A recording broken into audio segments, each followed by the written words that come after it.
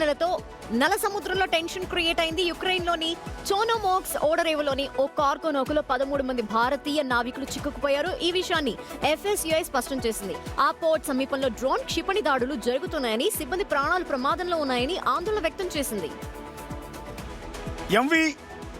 AMR-1 అనే సరుకు రవాణా నౌకలో 13 మంది భారతీయులు సహా మొత్తం 15 మంది సిబ్బంది ఉన్నారు. వారిని సురక్షితంగా తరలించేందుకు కేంద్ర ప్రభుత్వం నౌక యాజమాన్యం సంబంధిత అధికారులు చర్యలు తీసుకోవాలని FSUI విజ్ఞప్తి చేసింది. సో ఈ సిచ్యువేషన్ చాలా క్రిటికల్గా ఉంది.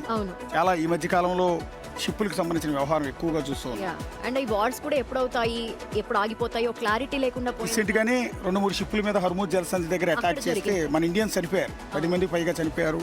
సో అమెరికా చేసిన దాడిలో, తర్వాత రష్యా యుక్రెయిన్ సైడ్ ఇరాన్ చేసిన దాడిలో ఇప్పుడు చనిపోయారు. ఇప్పుడేం రష్యా ఉక్రెయిన్లో ఈ పరిస్థితి కనిపిస్తుంది. సో ఈ ప్రపంచం ప్రశాంతంగా ఉండాలి, కానీ ఈ ట్రంప్, పుతిన్, లేకపోతే ఉక్రెయిన్, ఇరాన్ ఇలా దేశాల మధ్య వాళ్ళ గొడవల్లో ప్రపంచం మొత్తాన్ని ఇబ్బంది పెడుతున్నారు. ఇది మంచిది కాదు.